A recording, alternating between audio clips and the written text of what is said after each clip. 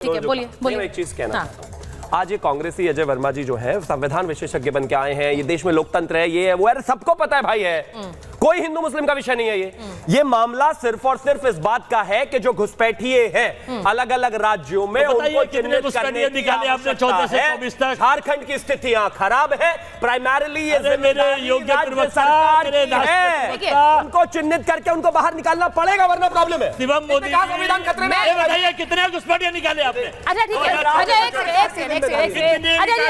Ajay ji we are in a debate और एक एक करके बात करेंगे। प्रवेश वर्मा जी भी आ गए हैं। मैं एक चीज पूछना चाह रही हूं, जो हिमंता बिस्वा शर्मा ने कहा उसको आपने संवैधानिक बयान असंवैधानिक बयान से जोड़ दिया। अब मेरा सवाल जवाद साहब ये भी है कि क्या इस देश में मुसलमान एकता की बात नहीं होती है कि नहीं होती है? क्या इस देश में ऐसे नेता नहीं हैं? और यहाँ हाजी साहब खड़े हुए हैं, उनके अपने नेता ओवैसी साहब हैं जिनका बयान है, मैंने वो बयान चलाया भी कि मुसलमानों को एकजुट रहना होगा, एकजुट रहने की जरूरत है। यही बयान अगर एक नेता हिंदुओं के बारे में देता है तो वो गलत कैसे है हाजी साहब? देखिए, मैं गलत की ये बात नहीं बता रहा हूँ, मैं दूसरी एक एंगल बता रहा हूँ। जब दिल्ली में जब देश हमारा आज़ाद हुआ तो यहाँ दिल्ली में 3 लाख लोग थे, आज 3 करोड़ लोग हैं। जब देश आज़ाद हुआ तब हमारे 30 से 40 करोड़ लोग जनसंख्या थी पूरे देश की, आज 142 करोड़ की जनसंख्या, तो सारे घुसपैठिए हैं।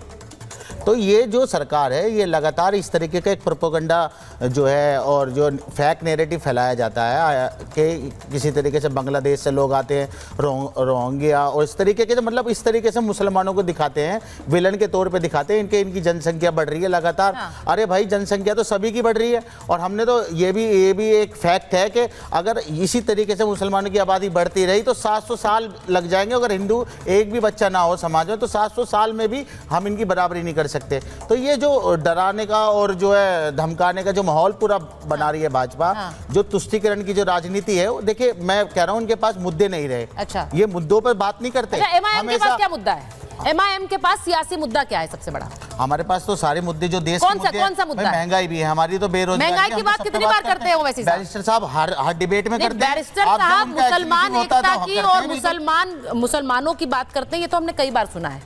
देश के बाकी मुद्दों की बात कब करते हैं? मैं इसीलिए पूछ रही हूँ क्योंकि आपने कहा बहुत सारे मुद्दे हैं, बहुत सारे उनके जितने भी बयान आते हैं, मैं बताता हूँ वो क्या।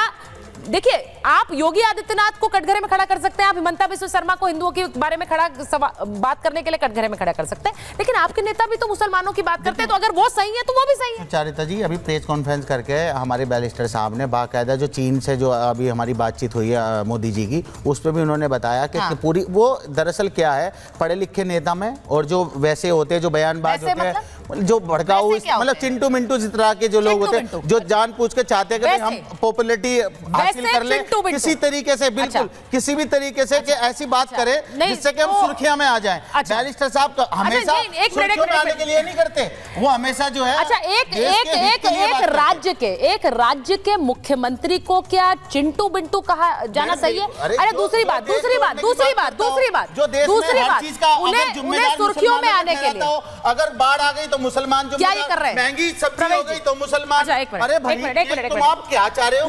किस तरीके की राजनीति देखिए, एक मिनट हाजी साहब, ब्रेक भी लगाना पड़ेगा, हमारे नाम लिए ब्रेक भी लगाना। आप चुनाव लड़िए ना, मुसलमानों को बिना नाम लिए चुनाव लड़िए। अच्छा, प्रवेश के बिना चुनाव लड़के। अच्छा, मैं एक चीज आपको बताऊं हाजी साहब, मैं एक चीज आपको बताऊं हाजी साहब, you will have to put a break, you will have to put a break. इस डिबेट के कुछ नियम है, प्लीज मैं सबको बता रही हूँ। अगर आप लोग पॉज, कॉमा, फुल स्टॉप नहीं लगा सकते हैं तो ये डिबेट आपके लिए नहीं है। प्लीज रुकना पड़ेगा और दूसरे को भी बोलना पड़ेगा, मेरा सवाल भी सुनना पड़ेगा। मैं आपसे प्रवेश जी पूछ रही हूँ, मैंने ये नहीं कहा कि मुसलमानों के खिलाफ बोलने वाले, मुसलमान के खिलाफ बोलना या फिर किसी भी धर्म के खिलाफ बोलना कोई सही नहीं है, लेकिन अगर मुस्लिम एकता की बात सही है तो फिर हिंदू एकता की बात गलत क्यों है? मेरा सवाल है। तो बिल्कुल गलत नहीं है। और दूसरी चीज, भारत में रह करके अगर हिंदू समाज की बात नहीं होगी तो कहाँ होगी? दुनिया में सबसे ज्यादा हिंदू आबादी का कोई देश है तो भारत है, और इसलिए भारत है, और भारत के हिंदू ने दुनिया को संदेश भी दिया है, शांति का संदेश दिया है, करुणा का संदेश दिया है, सत्यता का संदेश दिया है, और धर्मनिष्ठ होकर के अपना आचरण करने का संदेश दिया। हिंदू ने दिया है ना भारत से, और इसलिए भारत के अंदर हिंदू हित की बात तो होगी। समस्या कहाँ है? ये समस्या ये है कि जिस तरह से तमाम सारे रीजन्स में, बंगाल ले लो, असम ले लो और तमाम तरह प्रांतों को ले लो, जिस तरह से डेमोग्राफिक डिसबैलेंस हो रहा है, हाँ। जिस तरह से डेमोग्राफिक डिसबैलेंस होने के कारण से जो लोग कहते हैं कि हम तो इस देश के अंदर माइनॉरिटी में है और वो वहां पर मेजॉरिटी में जैसे ही होते हैं वहां समस्या पैदा करते हैं। अभी जामिया का रिसेंट आपको एग्जांपल दिखा कि हिंदू समाज के छात्र दिवाली तक नहीं मना सकते, उनको दिवाली मना रहे हैं, वो दियों को रोंदा जाता है, उनको रोंद रहे हैं और वहां पर फिलिस्तीन के जो है वो नारे लगाते हैं। क्यों? क्योंकि वहां पर मेजॉरिटी में है। इसी तरह से आप जामिया के इलाकों में चले जाइए, आप अजमेर की तरफ चले जाइए, आप यहाँ नू में चले जाइए, आप बंगाल के 12 जिलों के अंदर आज डेमोग्राफिक डिसबैलेंस हो गया है। यहाँ पुलिस वालों को मारा है, सुनिए, पत्थर मारे हैं पुलिस वालों को, अगर इस समस्या को मारे हैं, सुनिए, पत्थरों से घायल कर दिया है, ये तो बताइए। अगर इस समस्या को हिंदू नहीं उठाएगा, हम कहते हैं हिंदू कहीं कटा है तो देश बटा है। हिंदू जहां जहां कम हुआ है वहां वहां पर समस्याएं खत्म हुई है, समस्याएं बढ़ी हैं। आप डेमोग्राफिक डिसबैलेंस को पढ़ लीजिए। अच्छा ठीक है, अब समझ जो प्रवेश जी लीजिए। कह रहे हैं, जो प्रवेश जी कह रहे हैं, मैं जवाब साहब उस पर आ रही हूं। उन्होंने जामिया का एक उदाहरण दिया, उन्होंने कहा कि क्यों ऐसा है कि वहां पर त्योहार नहीं मनाने दिया जाएगा, क्या इसे लेकर किसने कहा? जामिया वहाँ में दिए हमें बुझाए गए, वहाँ दिए बुझाए गए, वहाँ हंगामा हुआ, वहाँ पर नारे लगे। मैं जामिया ही रहता हूँ हाँ, मैडम, ठीक है, मैं जामिया ही रहता हूँ। सुन लीजिए ठीक हाँ। है। और जिस तरीके का प्रोपेगेंडा फैलाया जा रहा है, जामिया में हर त्योहार मनाया जाता है और सालों से मनाया जाता है। किसी को कोई चीज देखना हो तो जामिया कभी भी चल करके देख सकता है। और जिस तरीके से एबीवीपी के लोग आकर के, एक सेकंड, जिस तरीके से एबीवीपी के लोग आकर के, मैं जानता हूँ नाते से वर्षों गया हूँ जामिया में, मैं जानता हूँ। अब थोड़ा लंबा समय विद्यार्थी परिषद एक मिनट प्रवेश जी बोलने दीजिए ना, बोलने दीजिए। फिर तो हम तो लगातार फिर बोलेंगे। देखिए क्या है, चुनाव आ गए, झारखंड में फिर से जुमले छा गए और निशिकांत दुबे ने जो स्टेटमेंट दिया था सदन में लेकर के, और उसके बाद से जो प्रोपेगेंडा साबित हुआ, ये बताइए 2011 के बाद से जनगणना के आंकड़े आए हूँ क्या? बताइए आए या नहीं आए? अभी तक सरकार ने दिया, शिवम जी बता दें, उनके पास कहां से आंकड़े आ गए भाई? ये बगैर सरकार को बाईपास करे दे रहे हैं। केंद्र सरकार ने 2011 के बाद से जनगणना के तो आंकड़े ही नहीं दिए। चलिए हेमंता से कहिए अपनी जातीय जनगणना करवा लें। अब तो मुख्यमंत्री हैं, नए नए ताजे ताजे हिंदू बने। जब वो कांग्रेस में थे तब उनको हिंदुत्व और हिंदुत्व नहीं याद आ रहा था। अभी नए नए बन करके आए हैं और आरोप भी बहुत से, फिलहाल अब हम कुछ बोलेंगे नहीं कौन कौन से करप्शन के आरोप भी लगे और चीजें लगे और तमाशा।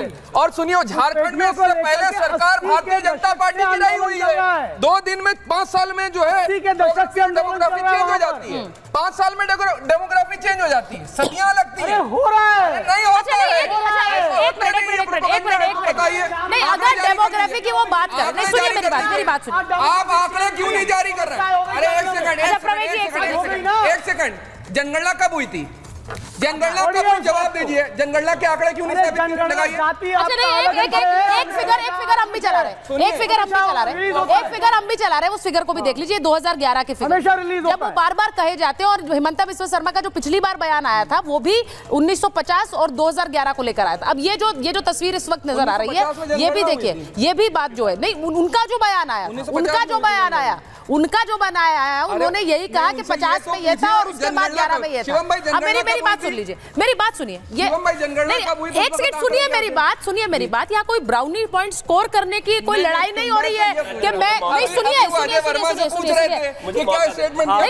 वो जवाब मैं उनसे जवाब मांगूंगी, लेकिन मेरा सवाल आपसे ये है कि अगर वो रोहिंग्याओं और घुसपैठियों के बारे में बोलते हैं तो जवाद साहब को दर्द क्यों होता है? क्यों हो रहा है जवाद साहब को दर्द? बहुत दर्द हो रहा है। क्यों हो रहा है? इसलिए हो रहा है क्योंकि बांग्लादेश से शेख हसीना आई, इन्होंने गुपाक से उनको रख लिया कि नहीं अब आप यहीं रहेंगे। ऐसी बांग्लादेश से मोहब्बत। वहां कुछ अगर हिंदुओं के साथ हो रहा है तो हम चिल्ला चिल्ला के बोले हैं कि वहां नहीं होना चाहिए, लेकिन शेख हसीना को यहाँ ये क्यों रखे बैठे हुए हैं? कुछ इंटरनेशनल डिप्लोमेसी भी होती है, शायद समझ नहीं आती आपको। इंटरनेशल डिप्लोमेसी कुछ है कि नहीं है? शेख हसीना को रखने पर दर्द हो रहा है आपको? शेख हसीना को, अच्छा ठीक है, शिवम जवाब दीजिए। इंटरनेशनल डिप्लोमेसी नहीं समझ आती आपको, शेख हसीना क्यों रखा है? अच्छा एक सेकंड, मैंने खंडन कर देते कि वहां पर जो मैं सैयद जवाद साहब, मैं इस तरह से डिबेट नहीं करूंगी।